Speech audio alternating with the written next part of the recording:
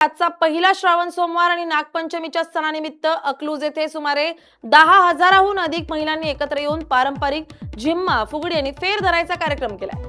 स्वरूपाराणी मोहिते पाटील यांच्या संकल्पनेतून अकलूज गावातील सर्व महिलांनी एकत्रित येऊन मोठ्या उत्साहात पारंपरिक गीतांवर नागपंचमीचा सण साजरा करायला सुरुवात केली आहे. यामध्ये महिलांसाठी झोके सुद्धा लावण्यात आले. जयसिंह मोहिते पाटील यांच्या माध्यमातून महिलांना नागपंचमीचा सण उत्साह साजरा करता यावा यासाठी विशेष आयोजन करण्यात आले.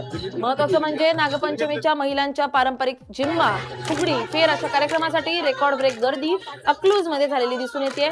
याबाबतचा आढावा घेतला आमचे प्रतिनिधी जगदीश डांगे यांनी. पाहूया.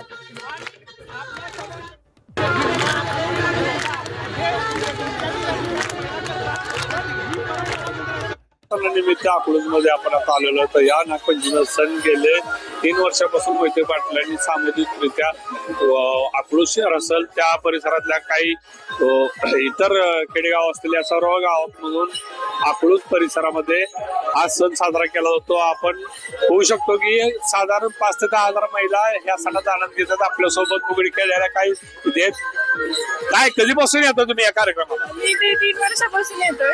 हा खूप छान कार्यक्रम आहे. प्रत्येक वर्षी खूप छान पद्धतीने आयोजित होतो. आम्हाला खूप आवडतो आणि मोहिते पाटील यांना धन्यवाद. कुठले कुठले खेळ खेळतात? फुगडी, अजून झिम्मा. मी तर फर्स्ट टाइमच आले पण बघून खूप छान वाटतं. कुठले कुठले खेळ खेळतात? झोका, फुगडी. मला तर एवढेच माहित आहे कारण आम्ही फर्स्ट टाइम इथे आलो ना, त्याच्यामुळे एवढेच माहित आहे आणि खूप छान वाटतं इथे येऊ.